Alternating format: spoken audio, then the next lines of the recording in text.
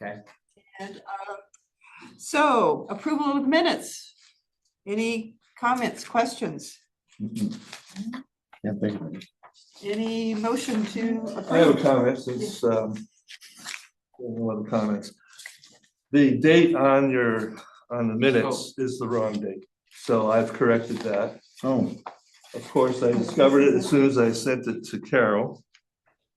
It's really November 3rd, not October 6th, but I didn't catch it. it was a cut and paste.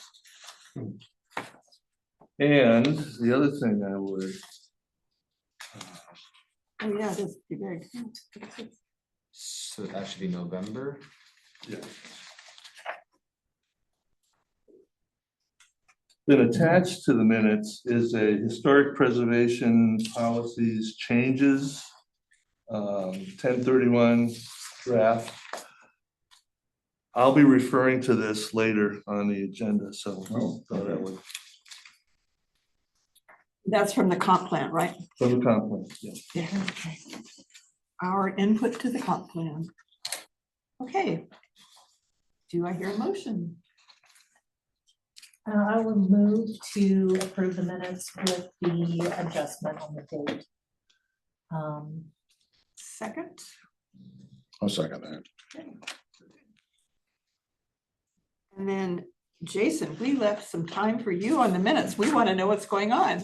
Oh, like right now? Yeah. Okay, well, as far as city council goes, we are preparing to enter into a number of work sessions that will go over our portion of the comprehensive plan in preparation for the final adoption of that.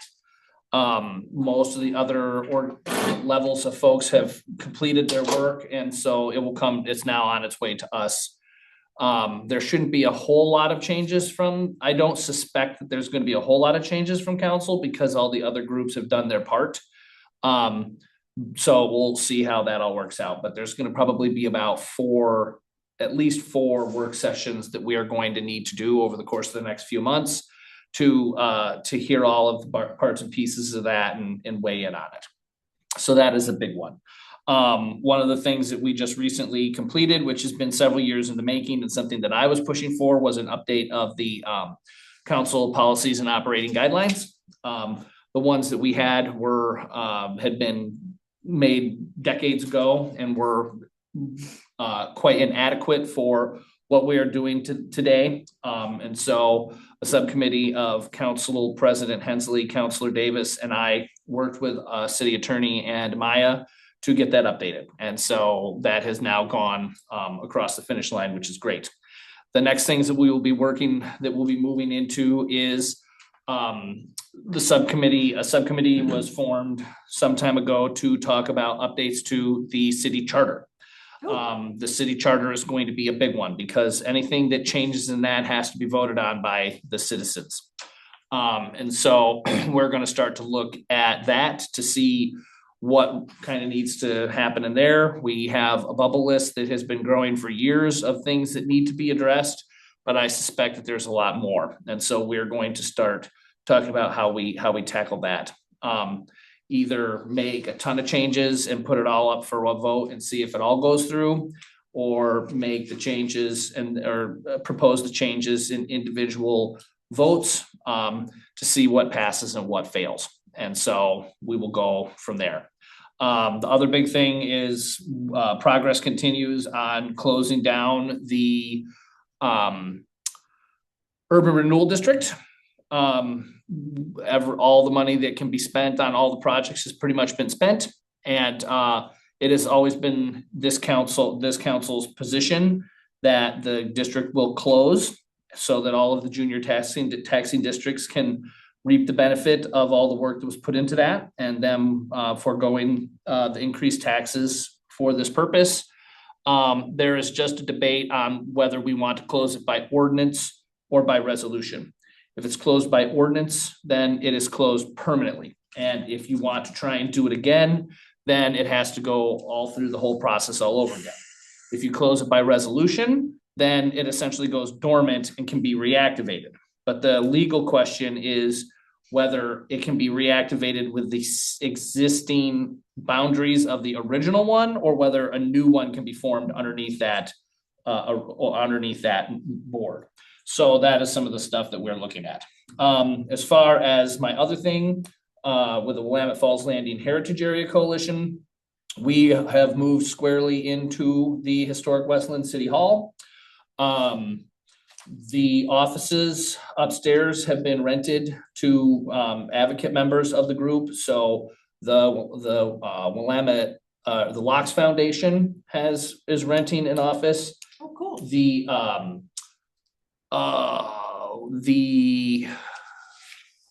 What is the name of it? It's the one that Kate Brown is part of. The trust? Yes, the trust is renting an office there. And then there's like the Westland, Friends of the Westland Historic Society or whatever. They are renting a room more or less as storage. The large conference room and the medium-sized conference room are available for rent for public events and such. And we just heard proposals, as I am the chair of the Projects and Programs Committee. So today we reviewed about 10 proposals to see about exhibits in the new exhibit hall area, to fill up those spaces. And we approved all but a couple of them. And so the goal is within the next 2 or 3 months to actually have some exhibits in there. And this is really going to be kind of a dry run for how this is all going to work for us, because we're learning as we go on all this.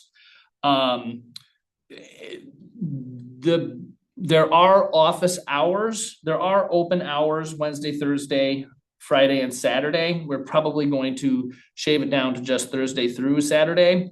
We are looking for volunteers. So if anybody is interested in volunteering to be a docent and be there to open up the building and be present when it is open, you are welcome to reach out to me or reach out to through our website, and we will be happy to work with you to sign you up for that. And because I am an idiot, I have essentially become the volunteer custodian and maintenance director for the building. And so I'm spending every other Monday. Technically, I should go over there right now and do the bathrooms, but I'm essentially doing all the cleaning and stuff in the building as a volunteer. So that's pretty much it. I have a question on this, back to the city stuff, budget. Yes. In all of the years that I've lived here, well, now I think, I have heard city councilors, including you when you were on the budget chair and even as a city council person, talking about how we need to start earlier in the year. Because the way it works now is the finance person and the city administrator get together, they figure out, and they say, okay, it's go time. And all the directors then go off and go into their little caves and put together their budgets. And then the first time the public has a chance to even make a comment about it, it's really a done deal. It's Correct. too late to add anything. So are we this year going to actually do something like maybe in February or something? I know, Probably not. huh? We are looking to do a mid-year budget review. This is something that we have been pressing for many years to do. I think that Randy is going to pull that off. But as far, I have recommended to Randy that we move the entire budget process up by at least 2 weeks. Yeah, I don't know where that stands at this point in time, because, you know, Randy is still working on getting up to speed on everything here. And I think the new finance director just came on board, I thought it was towards the end of December. or they're going to be coming on board. So we don't even have a finance director right now. So once that person comes on board, I think they're going to take a crack at the mid-year budget review. And so it kind of gets them up to speed on our budget and then go from there. So my suspicion is that we will probably I'm going to continue to push to do that earlier. We'll see if we can actually get there. now I know last year, like in the February timeframe, there was some sort of audit that happened that you all got to read out on the audit. That is the mid-year budget review. Okay, but there was nothing in there for citizen input, because I looked at the agenda. Correct. So, Because we weren't to that point yet, because the mid-year budget review is a new thing. And I have always wanted to set it up in a way that is just like our budget committee meetings, but it has never gotten that far yet. So my hope was it would get there this year. I suspect that it's not, because technically we are already at our mid-year for the budget.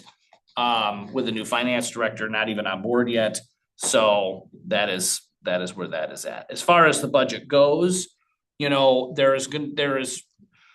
we have not spent any time identifying new revenue sources. And things have not gotten cheaper from last year to this year. And we will be working with only 3% more money. And so I suspect that we will be in a similar situation come budget time this year as to where we were last year. That is just I have not heard anything from anybody. I have not received any information, but unless Tyler or somebody happens to dig up lost treasure in the park or something like that we can lay claim to, once the budget is baked, it's gonna be hard to put anything in it. It's gonna probably be trimmed down further to be enough to keep the wheels on the bus. So I had a question on the council policies and operating guidelines. On the agenda, there was an A and a B. Yes. Which one did you pick? We picked A. So where that was when in one of the subsections of the thing, it had said that. So just really quickly, because I don't want to take up too much of your time, because I know you got a lot. What we did is we took the League of Oregon Cities guidelines, like policies and operating guidelines template, and then use that as our starting point and then modified it to fit our needs and take in some of what was in our old and then pitch some of what was old and go with the new. And in there was a small section that said that the mayor and members of council cannot make statements on behalf of the city without the approval of the entire council. Because technically the mayor has no vote. And so therefore he is essentially the mouthpiece or, the front face of the council, who goes to a lot of these meetings. He did not like that. But in the end, it was determined that council, and then we also added city staff should not be making any sort of official position for the city unless they have gotten consensus from the city council as to what that position is. Because that is really how it's supposed to be. As a city councilor, I can say my position is this, but I cannot say unless it's like tolling. I know where the council sits with tolling. I can say the council thinks that tolling is a bad idea because of these reasons. But if someone's like, what do you think about blah, blah, blah? I have to say, it is my position, not the council's. So that's kind of where that went. Cool, thank you. Mm-hmm. Okay, recruiting update. I just wanted to mention that I did send an email to the director of the chamber and ask her to check around with some of the businesses. I said, we've got some things going on that really it'd be nice to have someone here who is a business owner who could give us some input. But also, I know at least there's one person on her staff that is really interested in history and lives here in Canby. And so I was hoping, but I haven't heard anything from Chatri.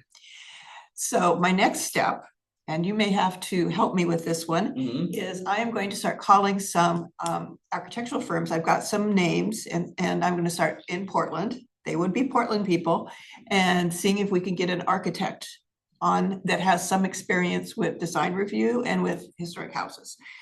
I know there are several members of the city council that will get their panties in a wad about having a Portlander on a Canby council, but we do have it. The code says we can have 3 people that are not actually live in Canby. Right now, we have 1 person who doesn't live in the city limits. Mm-hmm. So, Well, I think what it would come down to is if it is couched that this person is being brought in because we do not have anybody with that sort of expertise from inside the city that is looking to fill that role, that is a different story rather than someone who is coming down here from Portland because they have an axe to grind about a particular building or a particular code or something like that. That is something very different. Okay, You know, if they're coming in, if, because ultimately it will come down to myself and Brian and you doing, and Tyler as part of that interview.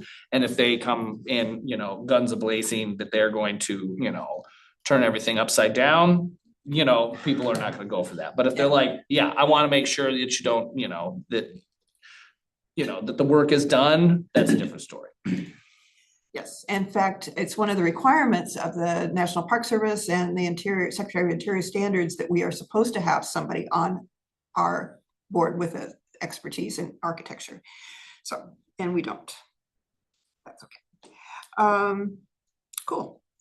That's my update on goal review. Ron, you're on. Okay, thank you. I thought I would give a recap of how we got to this point. This is the last meeting of the year. And to go back to the first meeting of the year, we elected a new chair and we started to talk about goal setting. So we spent a couple sessions generating goals from the commission. And that resulted in, I think you have it in the packet. Yeah. It's the first thing in the packet, First thing in the pack, all right. after the agenda, or after the minutes. No, it's actually, That's right there. there, you got it. I see the red. Got it. That's how I know. So this document in black is what it's a summary of what we did as of July 30th. And then I went through in red and added some commentary here. So I would appreciate any input that you might want to provide, whether it's tonight or later. But we have completed quite a bit of items, a lot of action items on our list. I know you go from meeting to meeting and you tend to forget what happened, what transpired, either between the meetings or at the previous meeting. We're all busy people. We have other things on our life like Christmas displays, grandchildren, whatever. But when you look down the list, and I'm not going to read all these, but you can see completed. Some things are in process, like the contract we have for the intensive level surveys. There are also some items where there's no red, but we have opportunities here to, it was within our grasp, so to speak, and we just didn't have enough time or whatever reason. But those are items that we can focus on in the future, which brings me to, unless there are questions on the format of this thing. No question. Okay. So then we had a discussion. It was Tyler, Carol, and I had a meeting, and we went through some other items as well, the follow-up items. And the historic preservation plan was part of that discussion. So this summary includes implementation measures that were in the historic preservation plan listed as short-term and midterm. And there is also in the historic preservation plan a list with the heading ongoing recommendations. And that has some really specific items that intersect with planning. So that's why I was going to ask you to look at the document that says historic preservation policies and changes that was attached to this packet. And This was prepared by Emma, who's no longer with the city. She's now with the city of Hillsborough. But she tried to go through the historic preservation plan and consolidate the most relevant items into the draft of the comprehensive plan. So what Jason referred to earlier as a working draft that the council will review reflects input from this body and Emma's attempt to bring in those elements from the historic preservation plan into the comp plan. And when you go through the historic preservation plan, starting on page 79, and you don't have to do this, the three of us, Tyler, Carol, and I, Carol is the, she knows everything here that went on in the past. I don't. Quite a few of these items that are in this historic preservation plan are not addressed. Some of them may be addressed with the comp plan. Some of these areas, and a lot of them have to do with archaeological and agricultural properties. Some of those properties are outside the city limits. And where that discussion comes in is during the comp plan, they are not addressing the UGB immediately. They will, step one would be the comp plan and the transportation plan. And then they'll get into the UGB discussion after the first two steps are completed. So I just want everybody to understand that there's more work to be done on these items. Some of them may be addressed with the comp plan process. Some we may not be able to address for the following reasons. They're no longer within the jurisdiction of the city. They're either outside the UGB or outside the city limits, or we don't have the funds to get a consulting archaeologist or some kind of review or study of the agricultural lands. Or there's no staff able to do that, either with expertise or time available. So this plan is, the historic preservation plan is a very good plan. It's 5 years old. And we're making progress on a lot of items on different fronts. There may remain, at the end of the day, items that we can't address without more budget or more staff.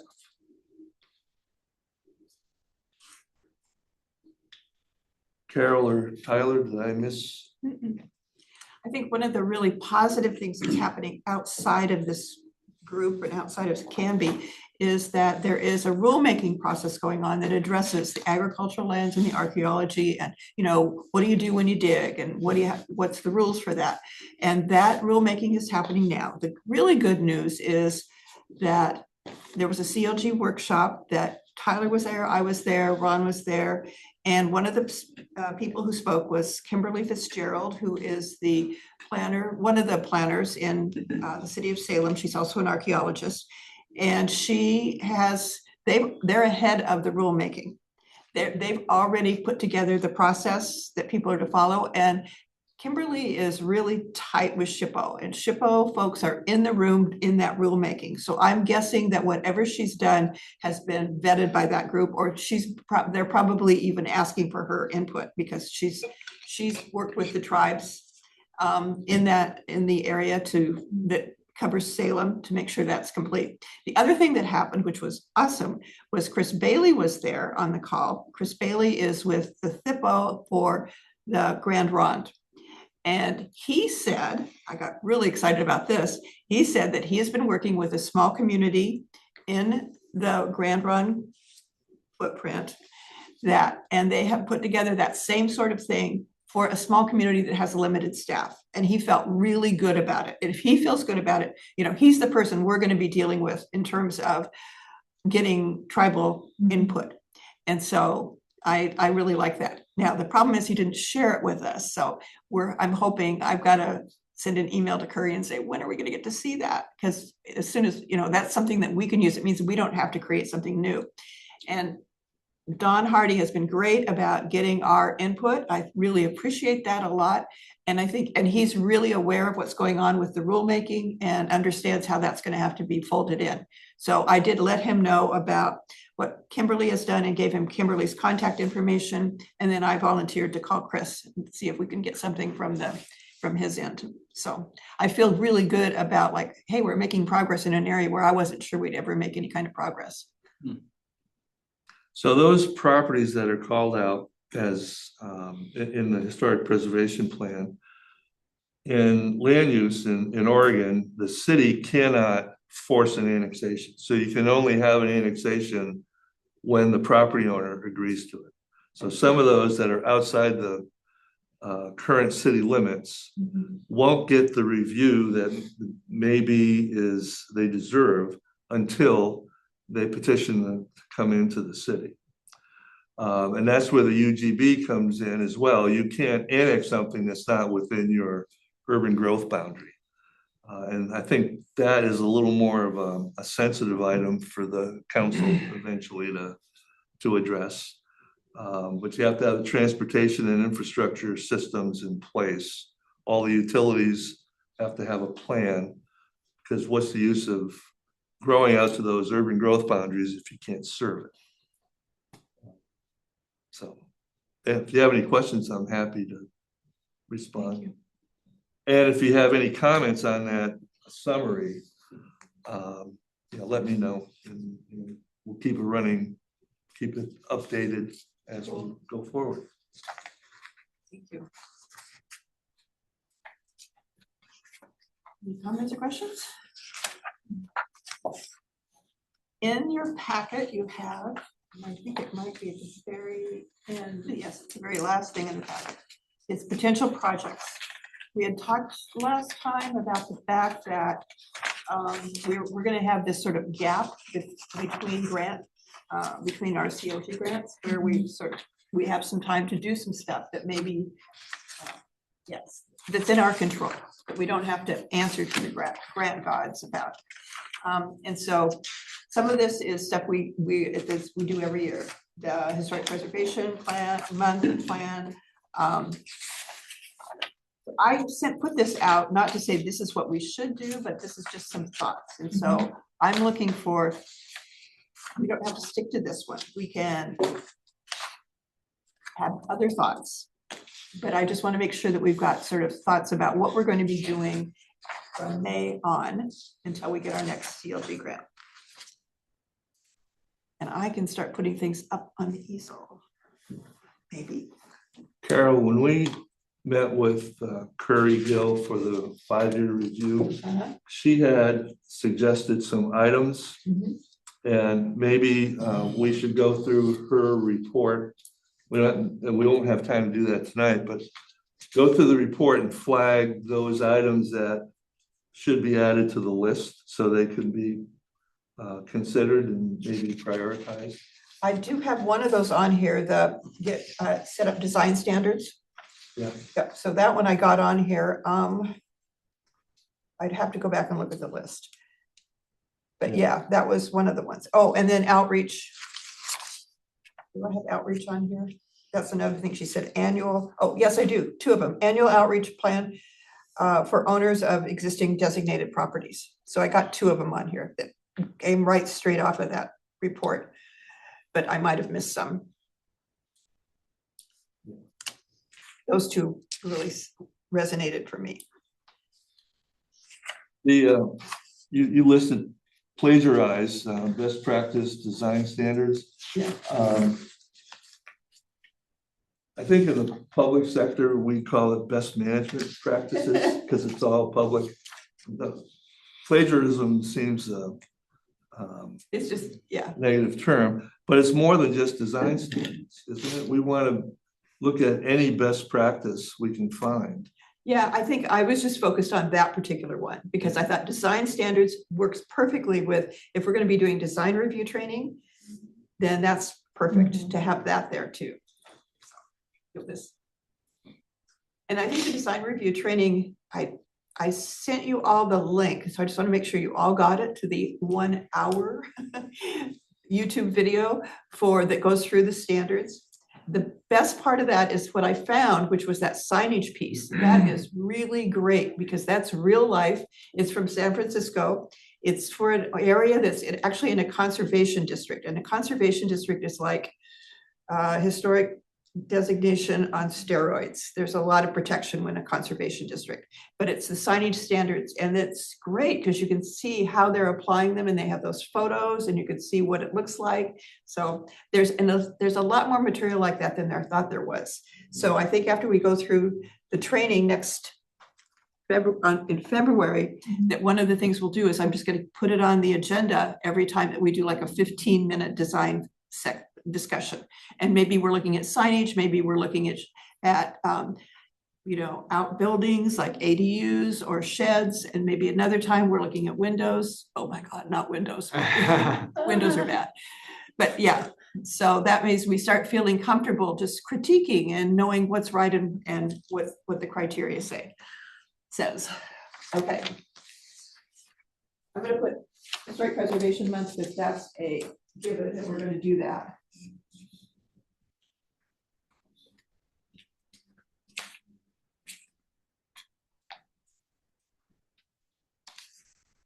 So we'll have to talk about that like in March-ish, is when we'll have to be talking about historic preservation. Do you want to add things that are already on the list or, Or add things to the list, yeah. okay, because that's on the list. Oh, no, I just wanted to say, I was taking the list and I was gonna put anything that we agreed to up here. Yeah, I think this list is her Direct. thoughts and suggestions, but she's looking to see if you want to move forward with these or do additional ones Yeah, or and- different ones. Yeah, and this one, there's no question, no, we don't, yeah, we just do it, it's part of our what we do. I will throw out there that if you folks are interested in doing something like within conjunction with the with the museum, Canby Depot Museum, the coalition is taking applications regularly for exhibits. So if you want to partner with something like that and have your name on an exhibit in the hall for like 4 to 6 months or something along those lines, that is something that you're welcome to apply for.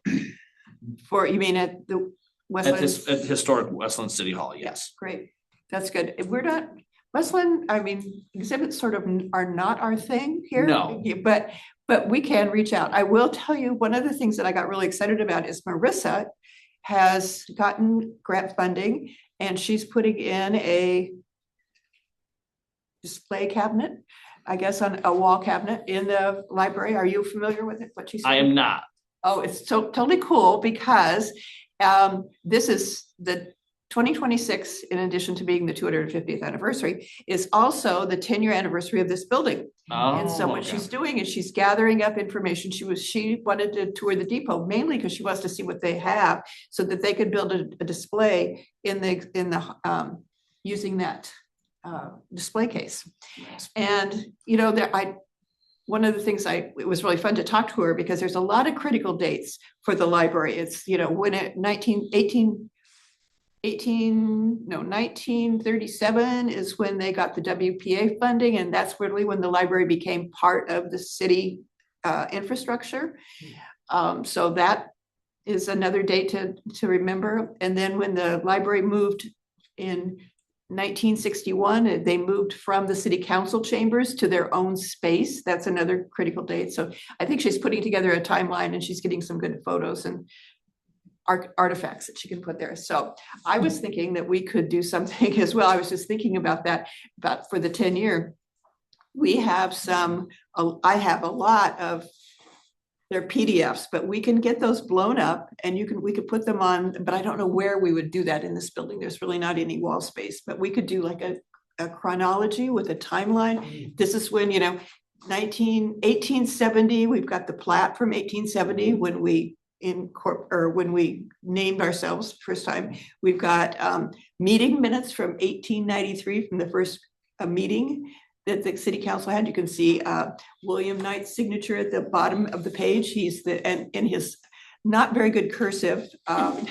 It's a little bit of a challenge to read the minutes, but that's kind of fun. We've got photos of all of the buildings that the city council has met in. So we really have a lot of information. The depot has really got a lot. So if we wanted to do some kind of wall thing where you follow the dates and see the photos, we could do that. I don't know how much it costs to blow those things up. Jamie knows though, because we've done that before. We did that for the Women's Heritage Trail, which was really cool. I assume it would be a couple $100. Diploma, yeah. Yeah, they're pretty expensive. Well, and I would say, when it comes to that sort of stuff too, especially if you're looking for historic pictures, consider the Old Oregon photos, because I have a feeling there's gonna be a bunch of that in there. There And can be. I believe, I would assume that there's some for Canby in there. I've not looked at it, but we can see. Yeah. And then they have the photo studio there. And one of the things that we are going to be doing with the exhibits and stuff to make sure that they all stay consistent is doing all of the printing doing the printing for all of the boards and everything for it. Oh, wow. So Nice. they have the ability to print that sort of stuff. So if you're, I can ask what the rules are about that. Yeah, that'd be cool. Okay. So we've talked about doing something with the cemetery. Finishing the projects, finishing the cleaning, that's number one. But then the one project that I think would be good would be to revamp the brochure, turn it into actually a brochure rather than a program, but rather into a brochure that talks more about where, maybe with a map, and it shows where people are buried and a little more history of the Baker Prairie Cemetery. That, and the good news is we can't get a grant for that, and doing that kind of brochure should qualify for that funding, and it will allow us to buy any supplies that we need. And so the city will not be having to pay for that. Anybody excited about that? I mean, I think it's a good one to Okay. do. We already have quite a bit We've got everything we need. on it. It's just putting it together, right? Yeah, yeah. So we'll need to hire a graphic artist. Okay. To help us with that one. And then the. But we have the pictures and stuff like that, Yeah, correct? everything. I Yeah. think we've got everything, yeah. It's just a matter of finding someone who'll put it together into a brochure for us that we Oh, like. yeah. Yeah. That one you guys are using now, or Buell's does that. Fuels does it? They do the graphic artist side? Okay. Yeah. We just have to provide, the phrases, whatever we want as words, Yeah. and then the photos, and they could do the rest, so. Do they do consultation though? Because that's one of the things, when Jamie and I were doing that for the Women's Heritage Trail, we were working with Gina, and she would come and meet with us, and we picked Oh. out colors and stuff like that. Is Buell's like that, or do I they just? can double check, yeah, Okay, I would want to have that kind of, hand holding kind of thing. yeah, I Yeah. like to be involved to make sure the quality is what we Mhm. want. Okay, cemetery. I'll leave that up there. I think the design review standards is a pretty easy thing. It just means we have to call around or go online and start looking for examples that we can use. And it fits in with the trainings.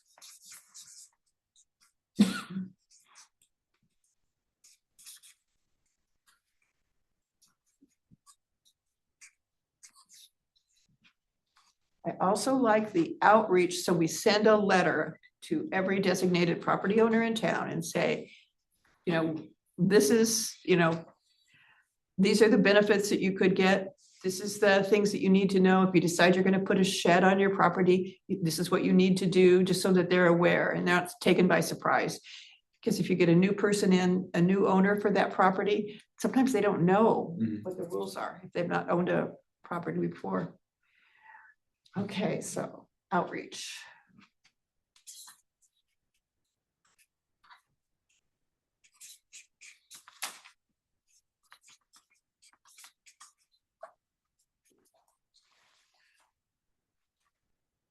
And then the last thing that I was really excited about, because it's one of the implementation items and we've not done it. And it's really pretty easy to do, and that's those windshield suggest that. Pardon? Yeah, I was just gonna suggest that.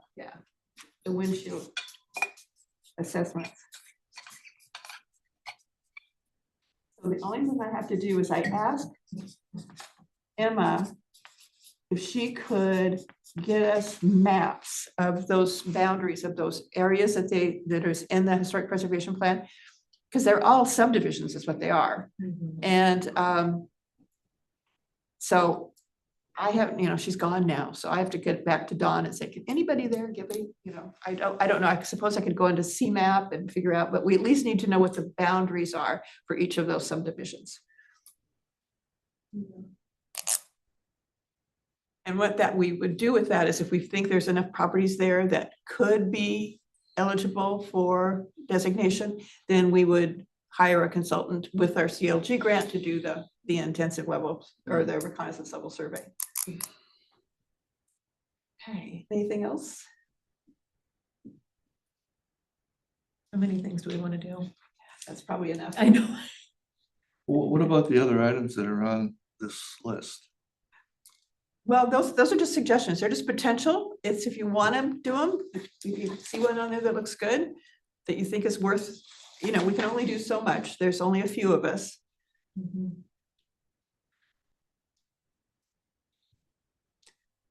I mean, I think the historic district designation for the fairgrounds, that's a huge undertaking.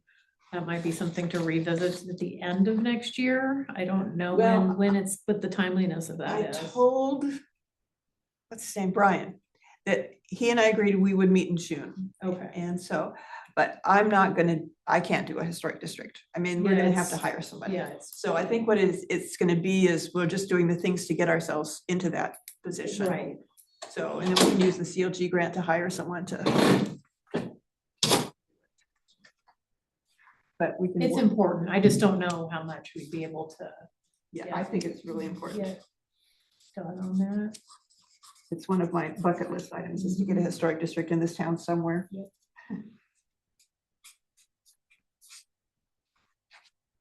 Okay.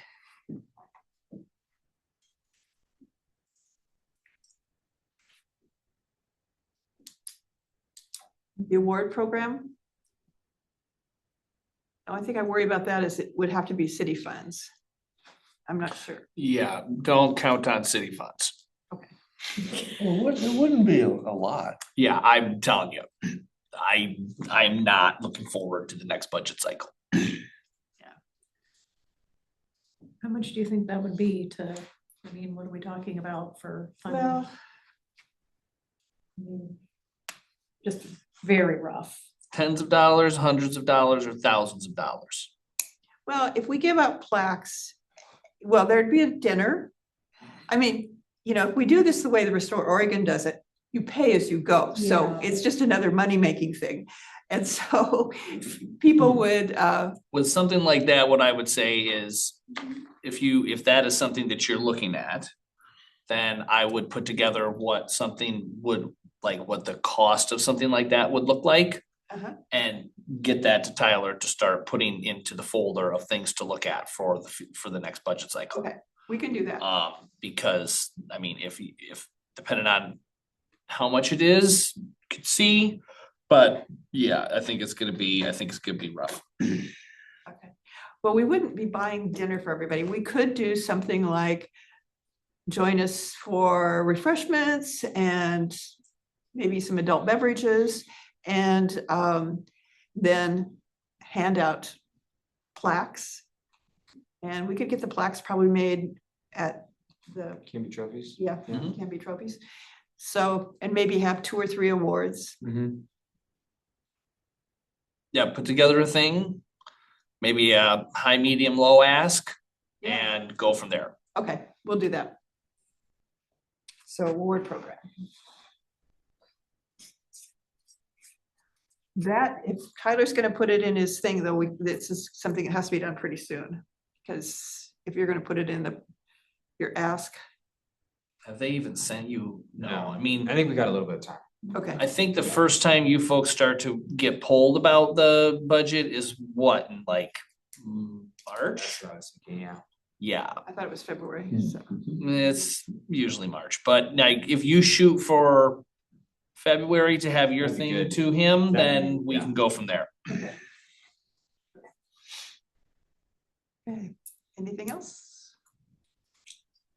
I missed the windshield assessment. I know the fairgrounds. What's the windshield assessment? That's that where something two of us get in a car and we go through up and down the streets in a neighborhood that has been identified in the historic preservation plan. And we say, does it look to you like there's a, and you mark the houses where you mark Okay, them. Which okay. houses look like, okay, that's a old farmhouse. Yep, and it looks pretty good. I've done it before. Yeah. Okay. You and I can do it pretty easily. Yeah. Over the course of a couple days, probably. Yeah. or a day. All right. So it'd just be good to cross, it's just, if we can cross that off the list, and also it gives us something that we can use for the next CLG grant. That was the only one I had a question We about. we get photos of what we're looking at too, so we don't forget what we're looking at.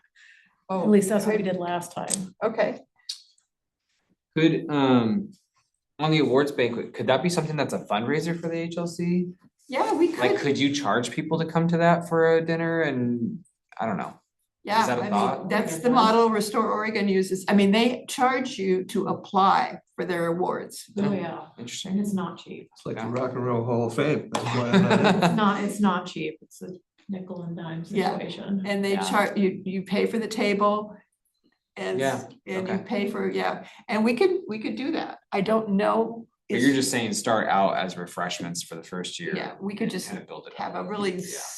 kind of put our Yeah. toes in the water and see, does anybody even come? Right, yeah.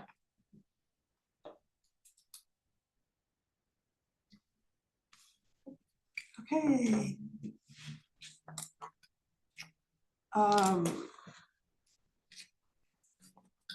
What's next on the agenda? Oh, just the timeline. Yeah, I just wanted to mention that, just remind everybody that February, we're gonna have a guest. And that's Joyce Sears, and she's going to be on Zoom with us, and hopefully I'll have maybe somebody else, like maybe an attorney from our law firm that just has some understanding of design review, so we'll go through that. And we'll be here for February, but March will be in the council chambers, correct? March, we're in the council chambers yet. In March, that's when we're gonna get the readout on the intensive level surveys, and we're going to kind of publicize and invite the public to come to that. And certainly all of the people whose homes were, or properties were assessed. So they'll get their feedback. And I'm gonna invite the city council to make sure, just so that they know that we're doing it. And, because it's a great way to just get some information about the community and get it out there for people. And we can use it to recruit. In what month are you guys voting? For the new chair, next month. If we- February. If we can squeeze it in, yeah. All right. Otherwise, do we have to do it in a specific month? I don't think it's in our, I will double check. yeah, if we have to do it, we'll do it whenever. I mean, we just don't meet in January, so it's never. Yeah. Let me double check on that. I don't believe that there's anything in there. I will say that one of the things that will come of another subcommittee that is going to kick off, that was broken out of the policies and operating guidelines, is regarding all of the boards and commissions for the city. They all have different rules, they all have different things going on with them. It's been So- going on for a long time. Correct, and so some of that is baked into the city charter and some of it is baked into by policy. And so we're going to be cracking that open and seeing if we can kind of standardize things, see what needs to be changed, update things like the Camp Utility Board has term limits. It's already hard enough to find people to fill those Yeah. positions, and when you have someone good, then all of a sudden they gotta go somewhere, right? So those are some of the things that we'll be looking at in the future as well. Just be careful with our code because our code has to meet. It'll all be done with it will probably take 1.5 to 2 years to do all that. Okay. So there will be input from all parties involved. Okay, because our code has to pass a certain test Yes, or we'd lose our similar, status. yes, I consider you folks in a similar vein as to the planning commission. There are different regulations that you need to follow. So you aren't it's not like the bike and ped committee. So, yeah. Okay. Anything else? You all know that we've got March presentation, so, and that's everything I hear from Bridget is that they are totally ready. They didn't even, I think they were ready to do it in January if we were gonna be meeting, but they'll be ready for us in March. So I will just let you know that I will not be available for the February meeting. I will be in Denver at a trade show. I will be here for the March and should be here for the April meetings, and then in May, I will be out of town as well. Okay, good. I'm glad you're gonna be here for March. That's great. Should be a good meeting. Okay. Anything else for the good of the order? And don't forget to light up the night. Pardon? Don't forget to light up the night. That's right, yes, Friday. it will be fun. It'll be cold. Hopefully on the, Huh? who's turning the light on? I don't know if they've decided who's gonna be doing